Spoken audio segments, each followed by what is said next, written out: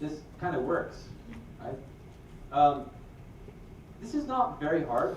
We've kind of got this figured out by now, right? You can get any, Scrum book or XP or Kanban. You can pretty much just follow the instructions and you'll be pretty okay, right? You'll still need to inspect and adapt, but it's pretty much not rocket science anymore. That's great. So how many of you are in a context where you have one single Agile team and that's all you really need? One. All right, give him a hand. Give him a big hand. There's one. So I hope you have a good time. You need to work together. Yeah, that's a lot more people. This is a little trickier, right? Because now you've kind of got to figure out how to get these teams to move in roughly the same direction. Or if you're in one of these teams, you've got to figure out how to align with other teams. A little bit trickier, but what I want to talk about is this. How many of you have a context that looks kind of like that? How many of you recognize this picture? Right? I see this kind of everywhere. This is what happens when things get big, right? And you can have all these beautiful little Scrum teams over here being very happy and productive locally, but if they're all running in different directions, then things kind of go to hell anyway, right? And it's really hard. So that's what I want to talk about. The problem with this is there's no clear pattern. I haven't seen any clear instruction manual. You can't just go do by the book scaling, because it seems like, you know the term context is king, right? Well, when it comes to scaling, context is really king. So something that works over here will work differently over there. It just depends a lot. So that kind of makes this hard. But what the heck? Let's give it a shot, okay? Let's try. So how do we avoid this? My goal with this presentation is that when you walk out of here, you'll be able to make your situation not quite as bad as this, right? So let's start with a bit of a warning. A lot of companies scale unnecessarily. They make things kind of big and complex when they don't really need to be.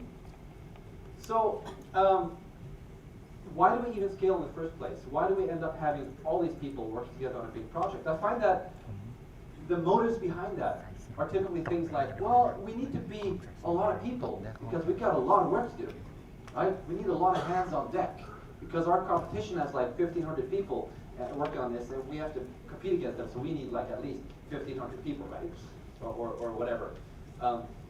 So there's that assumption. And then there's the assumption that if we get more people, we'll have access to more experts and more specialists, and we'll be able to build a better product because we get access to a wider range of competencies, right?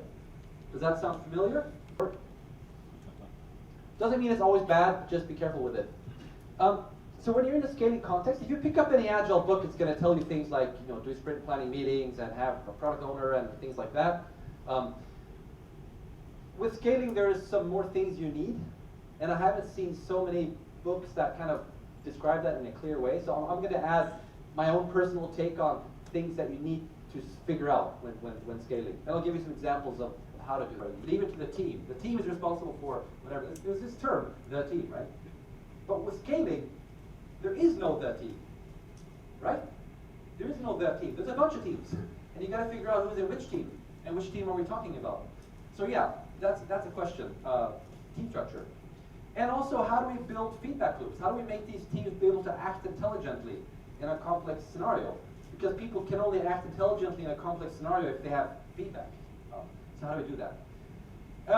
But at the bottom of all of this is what I consider to be kind of the main tricky thing with scaling, which is dependency. You can't see it over there, but it says down here in big red letters, right? Dependencies. It's really tricky. So we'll talk a bit about that. This is a 1-week talk, by the way. I hope you have time. They said I only have an hour. I'll try. Maybe we'll get it down to 4 days. We'll see. I apologize in advance. Sorry for the line. So slice an elephant. It's very tempting to want to build the whole product at once, right? Who wants to deliver half of a car? It's very tempting to want to build the whole thing, deliver it when we're done. Except that's really risky, right? So a bit of theory. The cost of a project keeps adding up, right? You pay people salaries, cost is piling up. The benefit, if you're going to draw the benefit curve, when you just do a big bang and deliver at the end, what's the shape of that curve? This is Agile basics, you know this stuff. What's the shape of the curve? Draw it for me. Come on, draw the curve. It's an L, right? So all this time is passing and nothing is being delivered, and then, whoop, now we delivered, right? So all this is risk. We're spending money, we're not really validating if what we're doing is any use. So very risky. You look at any kind of research around this, and you'll see that there's a high failure rate for big projects. This is from a doc called the Chaos Manifesto, which shows that when projects get to above about $1 million, about 10% would be considered success, for some definition of success. But about 38% were considered total failures. And this over here would be the edge cases where we can't really agree, right? But it's still kind of scary. Right? This is like, whoa, if you're going to invest $1 million and these are your odds of succeeding, unless you're like a venture capitalist, this is going to feel a bit scary, right? This is an example. How many of you have played this game? Anybody recognize it? It's not Minecraft. Come on.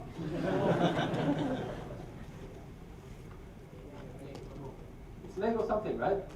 I'm pretty sure none of you are playing it because it's shut down. This is Lego Universe. It was a brilliant idea that they spent 250 people. Okay, did they spend them? I don't know. 250 people working for 4 years, and then they did a first public release, massive advanced game. The reception was so-so. This whole product was based on a faulty assumption, and the faulty assumption was that kids care a lot about quality. Minecraft disproved that. Minecraft showed that it can look ugly like hell, and as long as it's fun, they'll love it. Just make sure it's creative. So you spend all this time obsessing over quality. Look at all the details. It has to feel and look like exactly like Lego. All the different elements have to be there. It has to be and breathe and feel like Lego. Great. Except that kids don't really care about that, and it wasn't terribly fun, and they had to shut it down after 2 years. A lot of money, hundreds of millions of danger corners. They learned from this. This is one of the things that have triggered Lego to say, screw this, no more of this, let's really go Agile. Really interesting. So they'll say, yeah, skateboard, it's okay, right, but I keep falling off. Okay, here's your next delivery, right? A little better, but I want to get a bit further. Okay, here's bicycle, right? Maybe we're done. Maybe that's enough. Now we just saved a ton of money, right? Maybe it turned out that the customer wants to use this product on a university campus. The roads are really narrow. We end up building a car. Maybe we end up building that car, or maybe something better. So this customer is overjoyed. Why is this customer happier than that customer? Wind in my face, right? Yeah, it's a silly example, but you see the point, right? The point is find, right, just one region. And we don't have to deliver a system that supports all crime types. We can support just 1 or 2 crime types. So here's a much smaller system, still fairly complicated, but it works just in one region, and it works just for 1 or 2 crime types. The rest have to be handled the old way. But it was enough for us to find out what the customers hate about it so we can improve it, right? And then we improved it, and it got better and better, and then finally they said, we like this. It's not finished. Organizations don't really learn. And this project learned a lot, but somehow this knowledge didn't reach the top management. So one of the follow-up projects was done using good old Waterfall and Big Bang, and they spent 200 million Swedish kroners, which is about 800 million baht, and 2 years of development, and built a system that 12,000 policemen couldn't use and hated. So that was a major, major failure, despite the fact that they had done this. So yeah, sometimes the learning doesn't stick, which is a bit scary. But slice the elephant, right? Right? Oh, okay. Some do, but in many cases you go to a customer and you say, how about we deliver the minimum to you? Are they going to say, ah, thank you, right? Or they're going to be, no, I want the maximum. So it's not easy to sell. So I like it says saying, well, no, don't worry about minimum. How about the earliest? Do you want early or late? Right? I'll probably say early. Early is the same as minimum, but yeah, words matter, right? So skip minimum, talk about earliest, and then be clear. What is this? May be slicing into features. This may be slicing into something smaller, like stories. Right? This is what I really like about mobile phones is that it's a great way to get instant feedback. I know that something is useful when I see 15 mobile phones come up and people take pictures. That's great. That's feedback. So thank you. And when there's no mobile phones, I know it's really boring. Right? That's great. It's like at a rock concert. You have these candles. People hold up the lighters. Slide. All right. So that was a little bit about slicing, really important, especially with scaling. Next is team structure. You need some kind of team structure. So you've all seen this probably, the kind of agile mantra that we want to work in vertical slices, right? That sounds familiar? As in, we don't want teams that look like this because, you know, none of these teams could deliver customer value on their own. Called component teams. You pick up any Agile book, they're going to say, don't do this, do that. Right? Familiar? Has anybody seen these become silos? It can happen, right? So you take any good idea, you go too far, and it becomes a bad idea. So what I noticed is, sure, create feature teams, great, much better than that in most cases. But you also need cross-communication, right? Spotify, we call them guilds and chapters. Others would call them communities of interest. This is a trade-off.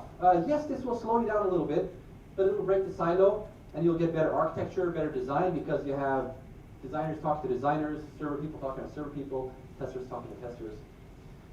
Great. But it's still not quite this simple when it comes to scaling. Because here's the kind of not too well held secret in the Agile world, right? If this is your context, you got two conflicting goals. Number one, teams should be full stack, right? That's what the books say. Teams should be full stack. Number two, your team should be small. Wait a second. Pick one of those two, right? You can't have both, sorry. If you have a big stack, you know, all these guys are one team or not, right? And it's hard. So if you have a big stack, you have a problem. You got two conflicting goals. And that means trade-offs, compromise. So let's look at the different ends of the compromise. The problem with this 100% feature teams is it could become silos, right? And the feature teams may become too big if they have to be full stack, right? We need iOS, we need backend, we need design, we need this and that and that, and big data, and yeah, DevOps, and yeah, whatever. It becomes too big. And over here, not too good because none of these teams can deliver value on their own, right? We've got the component teams, that's what we wanted to get away from in the first place. So compromise, that's a compromise, a little mix. So how many of you have this context? It's all full stack feature teams. Is anybody? Just curious? Nobody? Hold up your mobile phones? Yeah, one does. How many of you have mostly component teams? How many of you have some kind of a compromise? That's most. How many of you can raise your hand? Okay. So out of all the people that can raise their hands, 96.2% were here. Right? Okay. The rest of you, you can go back to sleep and we'll continue. For small organizations, this is great. Spotify used to be just that when it was small. For big organizations, this kind of doesn't work. For smaller organizations, this is kind of like waste. You probably do this. For big organizations, that's like your pretty much only option because you really don't want to be here. Probably. So, but all this kind of boils down to dependencies because whenever you have this, or in fact, whenever you have multiple teams working on the same product, you've got dependencies. So let's talk a bit about that. If you have this scenario, we got 40 teams, but they're all working on different things. It's 40 different products, and there's no dependencies. Congratulations. This talk isn't for you. It's not what I'm really talking about. This is easy. All you need to do is add a little bit of knowledge sharing. And this is just like 40 different companies that share knowledge. Great, no big deal. What I'm talking about here is when we have, they may be building different products, but they have dependencies. And that means that, sure, we don't need to integrate, but we do need to, we do need to talk about dependencies. Right? Maybe I'm using some of your stuff, for example. We're both using the same platform. But the most complicated is, of course, when we're a bunch of teams that are actually building the same product, then you need both knowledge sharing and dependency sync and product integration. So it's useful to think about where am I on this scale? If you're here, you don't need any of the scaling stuff. If you're here, you need some of it. Here, you need quite a lot of it. That's hard. So dependencies come in different flavors, right? Some dependencies are actually helpful. Those we tend to call collaboration, right? Another word for a helpful dependency. Teams that are helping each other succeed. And then we have harmful dependencies. Dependencies that are hurting us, slowing us down, right?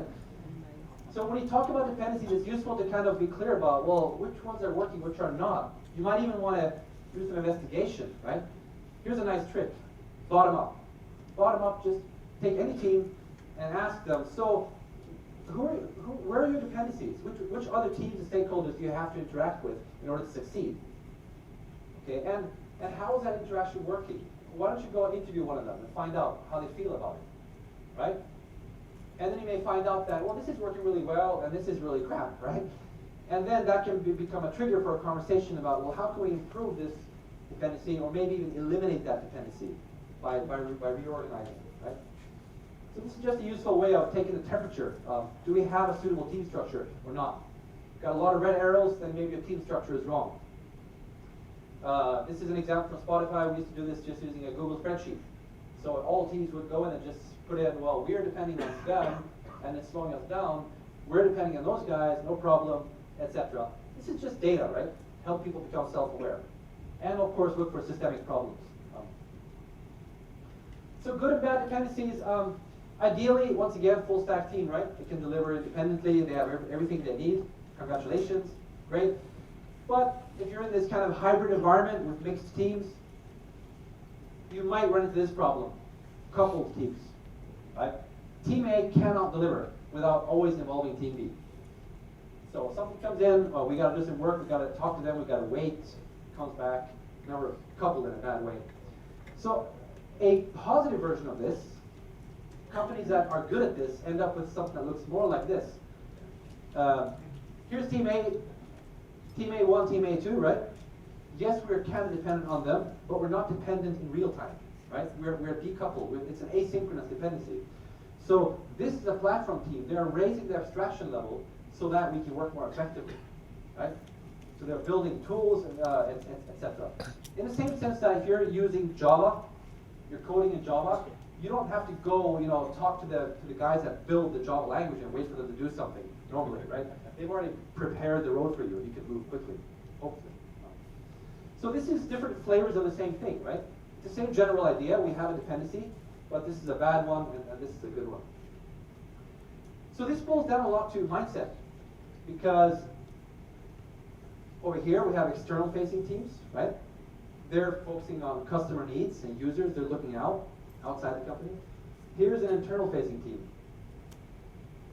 Their focus is make other teams more effective, typically, something like that. And that means that their mindset should not be the other teams must obey us because we own this platform and they have to do what we say. That tends to slow us down. Instead, it's more like a customer relationship. So the other teams are our customers. You treat them that way. And you can use the Agile methods and patterns and techniques in that way. So this team can have a product owner. They can have stakeholder reviews and basically ask them, so what do you need next, right? And pretty much treat it like a little company inside the company, treating them as customers. It tends to be more fruitful. It doesn't always work, but that mindset helps a lot, right? Okay, another pattern is teams of teams.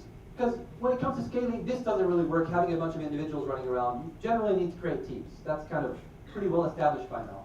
It seems like humans work best in teams when it comes to complex work. So I won't go into why. But when things get big, then yeah, it gets kind of hard because you got to synchronize. And you sometimes end up with big teams, right? How many of you have big teams? Like 15 people. Anybody? Well, that's interesting. Nobody. How many of you have teams of teams? That's a few, yeah. So that's the pattern. It seems like you take any Agile scaling framework, pretty much, and they'll be talking about teams of teams. They'll use different words for it, but it's pretty much what they're talking about. So it's basically raising the abstraction level and saying, well, let's treat these three teams as some kind of a higher order aggregated team. And they can even have backlogs at that level. We can even have something that equates to a product owner role at that level. It might start looking like hierarchy. You can look at it that way, or you can look at it as just some kind of aggregation. But this is organizational design, right? Another way to deal with dependencies is to do it technically. Sometimes a way to solve dependency is through architecture.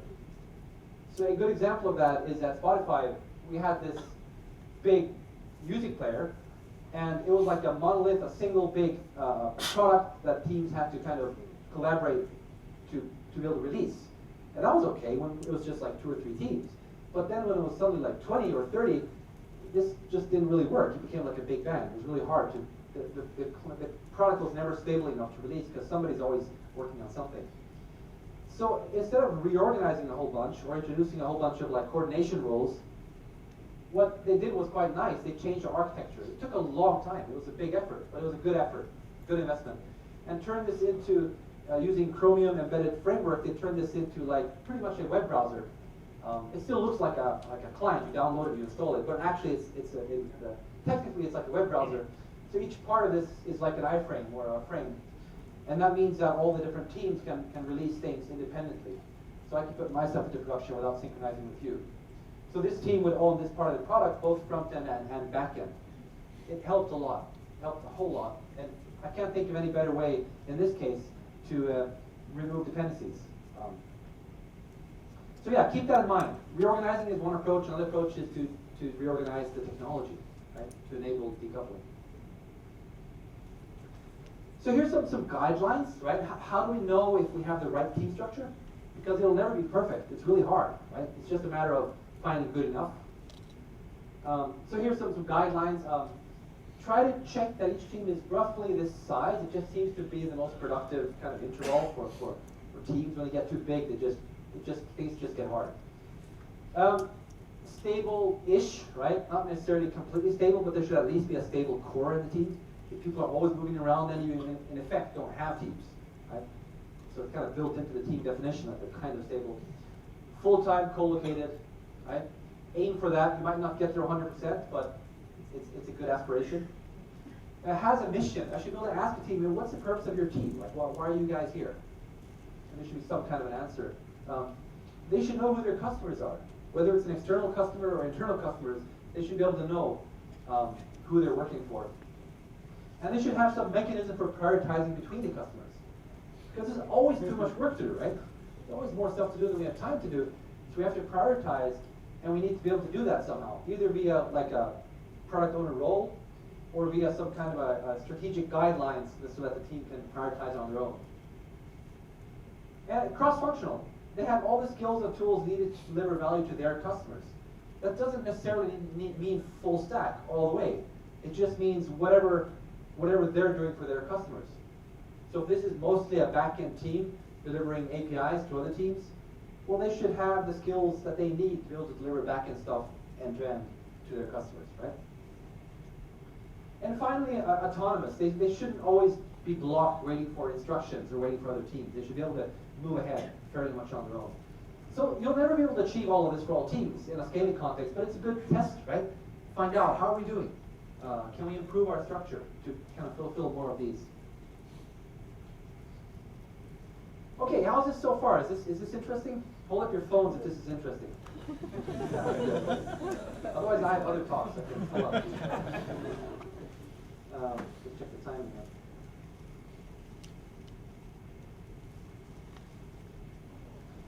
Something to show. That creates a constraint which drives all kinds of other things, such as splitting the product, collaborating across teams, things like that. So that's a pattern, integration cadence.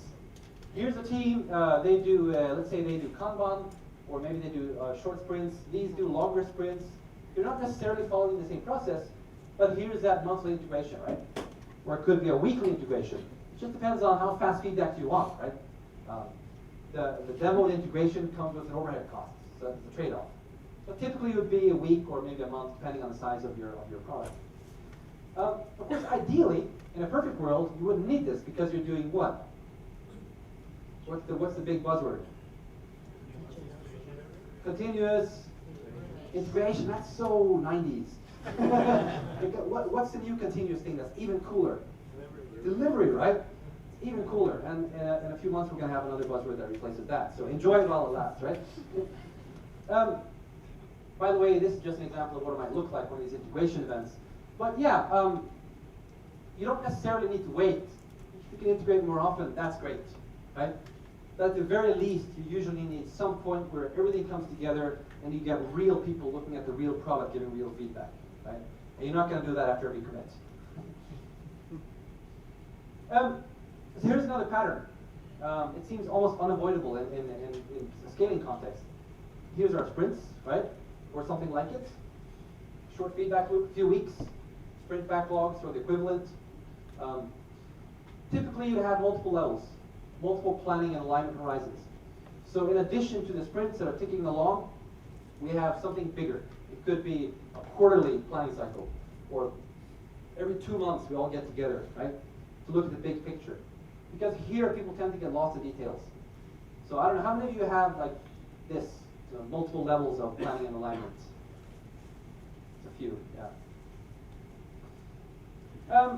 However, there is a common source of misunderstanding when you look at frameworks such as, for example, Scaled Agile Framework has this kind of built in. A common misunderstanding is that, oh, well, if we're going to have like a 2-month cycle, where we do 4 sprints in between each, that's Big Bang. Oh no, it's Big Bang, we're back to Big Bang. But actually it's not, because it's just a planning event. It's a synchronization point. So we can still be releasing, we can be doing continuous delivery, we can have release candidates every day, and we can make a business decision about when to release, we can be doing that whenever. This is just a time when we gather together to look at the big picture and get synchronized. So having a release cadence or a planning cadence like this doesn't necessarily mean you have to release on that cadence, right? That makes sense? Yeah. Common misunderstanding. So yeah, back to continuous integration and continuous delivery. When it comes to scaling, I can't imagine anybody succeeding with scaling without having continuous integration at the very least. So I would consider this to be an absolute no-brainer, mandatory. You have to have it. Because if you got 14 teams working together and they're building manually, it just doesn't work. You're going to be so slow, and you're going to get slower and slower, and you're going to have a buggy product, and yeah, life is just going to suck. So this is really worth investing in. So I would say definitely mandatory. I don't often say that, by the way. I usually say it depends, but this is not it depends. This is you have to bloody do it. This one is aspirational. Really good. Aim for it. Try to get there. You might not get there, but try, right? So continuous delivery means every commit is a release candidate. And releasing is just a single click. One team at Spotify made a joke out of that. They're like, we're going to make releasing so easy that even an Agile coach can do it. And this was the actual device they built. This is a joystick where you choose what you want to release and which version, and that's the release button. Boom! Goes into production, right? I thought it was quite beautiful. Right. So how do we get these teams aligned then, right?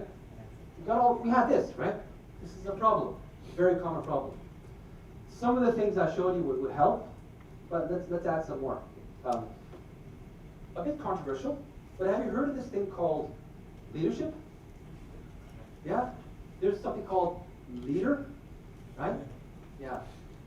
For some reason, a fairly large part of the Agile community seems to sometimes, at least it sounds to me like you're saying, oh, we don't need leaders, right?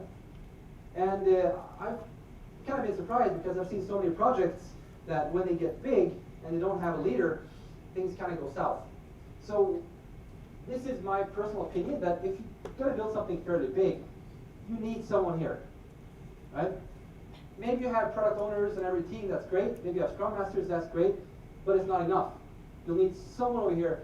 I don't care what you call it, right? You can call it the project leader, or maybe you call it the chief product owner, or maybe you call it the Uber Scrum Master, or the facilitator, or the chaos pilot, or the, I don't know, right?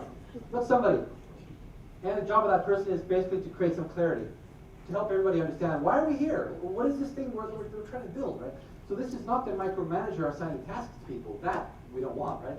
But somebody to provide the big picture and provide some guidance, to look perhaps a bit further ahead, to act kind of like a Scrum Master, looking at the impediments across multiple teams. It's a facilitator role, but also a leader role. I wrote an article about this in my blog. You can Google it quite easily, about Agile Leader. Because it seems like a lot of Agile companies are falling into this trap, where they notice that for small projects, they didn't need a dedicated leader. And I agree with that. You probably don't. If you 2 or 3 teams, Scrum Master, product owners, that's fine. Except that, by the way, as Scrum Master and product owner, those are also leadership roles. But yeah, for small contexts, you probably don't need a dedicated single leader, but when it gets big, probably do. It doesn't have to be one person, though. So this is another example from Spotify. When we have something big and complicated, different teams are building different parts, but it all has to come together. We normally have a leadership trio. It's 3 people. Someone with a tech perspective, someone with a product perspective, someone with a design perspective, they work together as a group to provide the leadership necessary. And that way, we make sure we get all three perspectives, right? It's just a pattern, but it's been helpful to us. So this brings us to the next topic about alignment autonomy. Some of you may have seen this from some material that I put up on Spotify, but I want to bring it up because it's really important. Quite often I find this kind of mistaken assumption that we either have alignment, that means the manager decides, the manager says, here's where we're going, right? Or we have autonomy, and that means the teams decide what to do, and the managers are like helpless. Right? But I find that this is not a useful model. I find it more useful to think of it as different dimensions, right? So over here, not only you can see it, but there's a screen over there too, by the way. In the bottom left corner, we have micromanagement, right? We have no autonomy. The teams have no decision power, and there's no alignment. They don't know why they're here. They don't see the big picture, so they have to be told what to do, right? That's not very fun. Good alignment means that the management leaders are good at giving people the context. Here's why we're here. We need to cross this river because of blah, blah, blah, right? We're providing the context, but they're also telling teams what to do. So therefore, build a bridge. Here's the specification, right? Maybe a little bit better, right? We'll probably succeed a little bit better, but it's still not very fun, and we miss out on a lot of creativity, right? We're not using their brains properly. The success of the product is limited by the intelligence of the leader in this case, right? So over here we have strong alignment, but also strong autonomy, which means the leaders are saying we need to cross the river, and here's why. But you guys figure out how, right? So now they're unleashing the creativity of the teams to find other solutions, such as how might you cross the river? Ferry, bridge, tunnel, reroute the river, move the other destination to here. Yeah, maybe it's too expensive to cross the river, skip it. Take a helicopter, I don't know, be creative, right? Yeah, down here we have lots of autonomy, but no alignment, which means we've got a bunch of teams running in whatever direction they feel like, but you tend to get self-optimization, and you get helpless leaders. Very frustrating. I hope someone is working on the river problem, but I have no idea. Are you guys working on the river problem? Not? Damn. I hope somebody can do it. So yeah, the point here is that in an organization which is good at creating alignment, they can afford to give a lot of autonomy, because teams that understand the big picture will work. So here's how it looks like. Rule number one we're breaking is it's already too big. This is 150 people. Every second month we all get together in this big, massive room, and we do a planning event. And the first thing we do is, so these are different teams that are building the digital parts of Lego, right? The website, designer tools, things like that. First thing we do is show a demo video. Here's a new framework which we're now building, or whatever topics are relevant, right? Digital child safety, global insights, new crazy data privacy laws coming out of Russia recently, platform jam, hackathons, whatever is relevant for the context. About 45 minutes of talks. Then we go into planning mode, and there we use a pattern, which is a very useful pattern in any context, which is different levels of granularity when planning as well. So I'm sure many of you have this, like some kind of a high-level backlog with bigger things, such as features or epics, whatever you call it. These things are too big to fit in a sprint, but they're marketable and they're releasable. And then at the team level, we have team backlogs, or product backlogs, whatever you want to call it, but then the team backlog contains smaller things, stories, stuff that fits inside a sprint, and they're at least testable, right? So two levels, both are like valid at their own level. And anyway, so what's happening at this meeting is we're kind of working at this level first, and teams are basically pulling from program backlogs. So here's a bunch of people coming, representatives from different teams are going up and saying, we'll do this one, right? And then negotiating with each other. And then they go back to their team area, and they're turning these into stories. Here's a digital version, same thing using a digital tool. Here's a single prioritized backlog for one project inside Lego. And here's a bunch of different teams that are literally pulling stories from here to here. And here you can see their capacity, right? This team is already full based on their yesterday's weather, based on their velocity. They shouldn't really be pulling us so much more. Well, they have a bit of slack, and in fact, they should probably keep a bit of slack. So this is just about making stuff visible, right? When you make stuff visible, then teams can work effectively together. But most of this event is actually like an open space. It's breakouts, a bunch of teams conveniently using t-shirt colors, right? Each team has their own planning board, and it looks kind of like sprint planning, except that they're looking a little bit further ahead than one sprint, and they're not going into so much detail. And what happens when they do this is they find all kinds of potential conflicts and dependencies and problems, so they can solve it here, instead of being 100 emails and 13 meetings, right? They can solve it here by just talking to each other. But, you know, they don't all have to be effective all the time. Sometimes they goof around or sit in code and play with Lego, right? One nice artifact which comes out of this is this, it's officially called a program board, but I like to call it a dependency board. And this is probably, when I ask people what they like about this, this is their favorite part, this big, the board looks horrible, but it's very useful to them.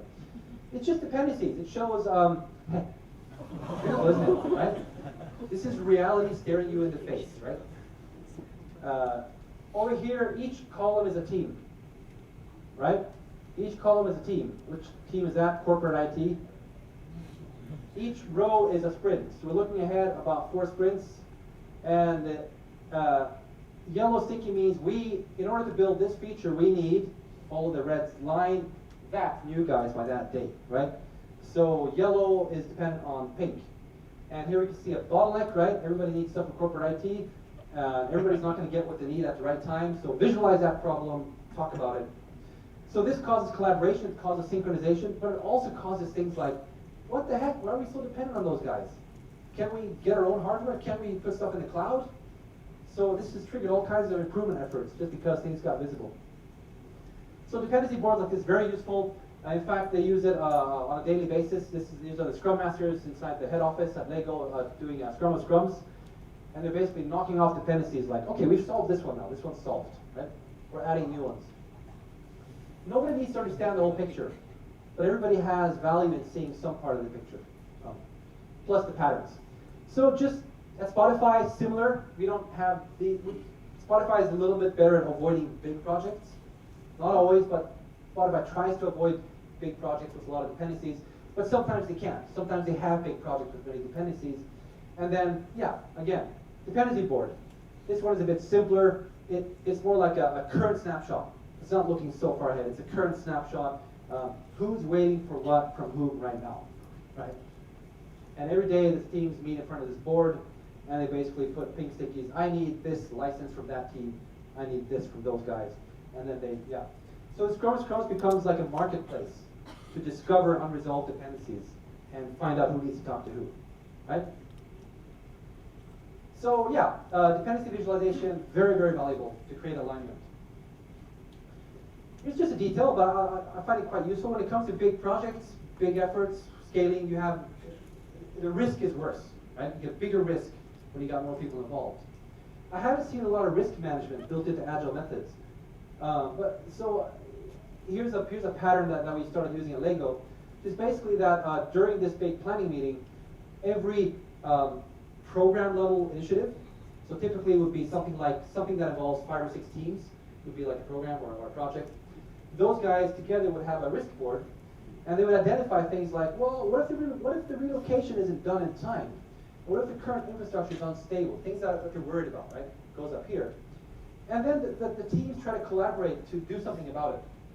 So there's an acronym called ROAM, resolved, owned, accepted, mitigated. Basically, the risk has to end up either here, here, here, or here. And resolved means we've solved it already, right? Owned means we haven't solved it, but Jeff is going to own this and make sure that it's dealt with, right? So we know who's going to make sure it happens. Accepted means whatever. We'll just take this risk, but we'll take it intentionally, right?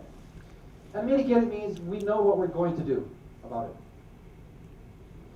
So very useful. So some risks can't get solved by the teams themselves. So then at the end of the day, the managers get together. This is all the managers, and now things get escalated. So any risks that are still here are now the manager's problem. And everybody else goes home, they stay around. And then they negotiate with each other to find out who's going to take responsibility for what. And next day they get up on stage and they commit to everybody else, say, we will do something about this. We will not do something about that. We'll take that risk, etc. So this is a nice way to kind of encourage servant leadership, right? Okay, well, this was a bad picture, but here's another pattern.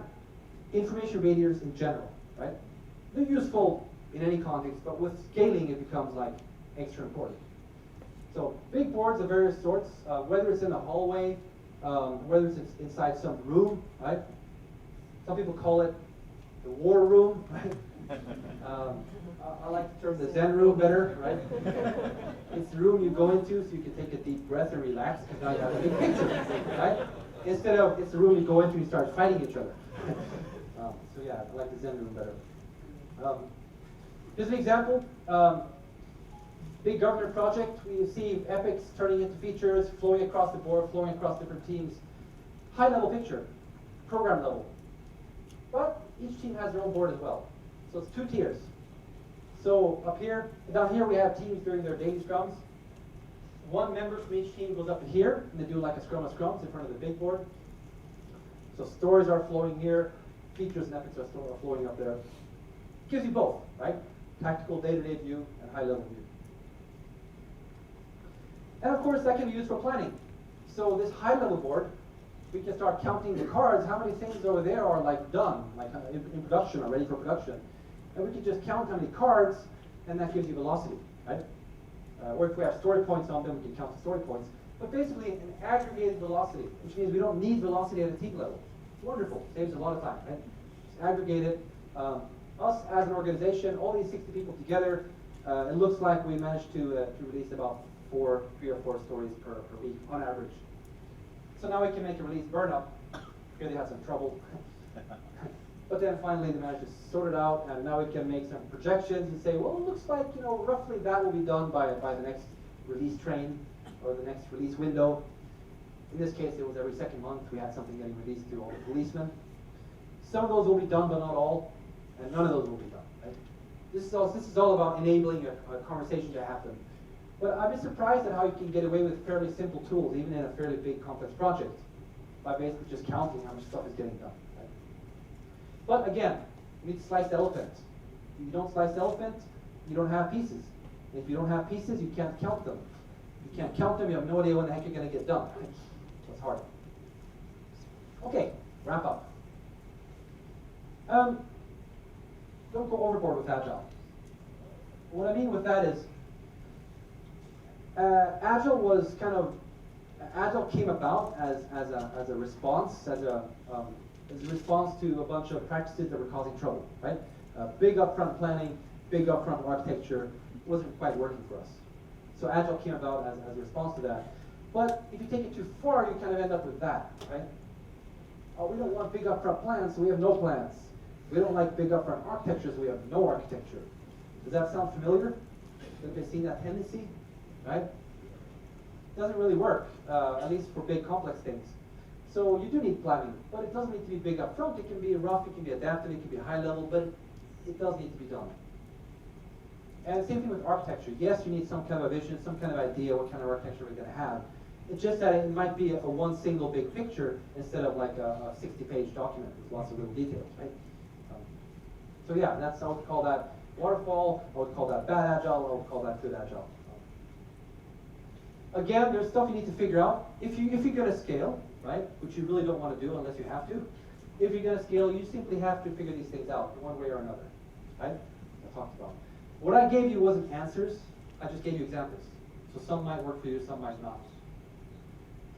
And finally, some takeaway points then.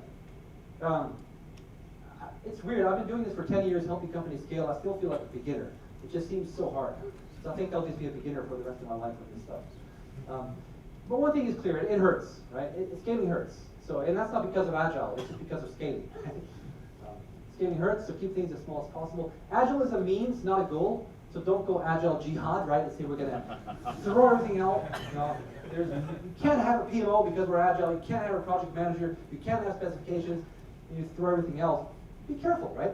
Probably some of the stuff you have is pretty good. So take one step at a time. There's no right or wrong way. Right? It's trade-offs.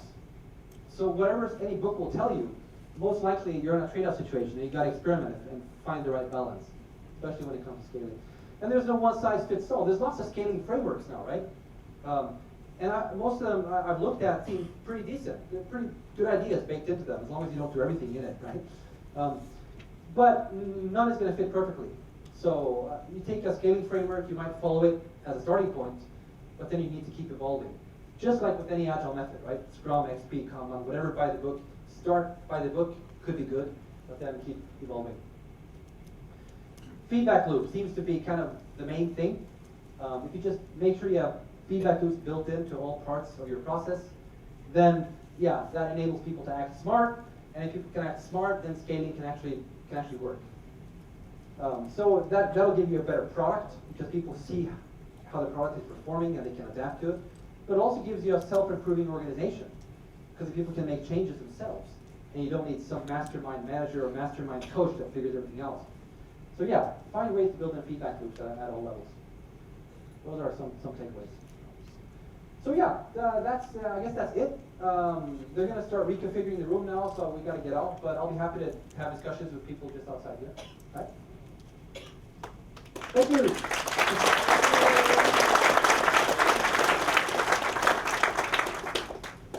All right. So let me emphasize a bit about the retrospective board. We're gonna ask you to put two types of the retrospective feedback, one for the topic and another one for the event, right? And for those of you who still wait for the registration, please take this time to go back to finish your registration, and don't forget the lunch coupon and the shirt. Thank you.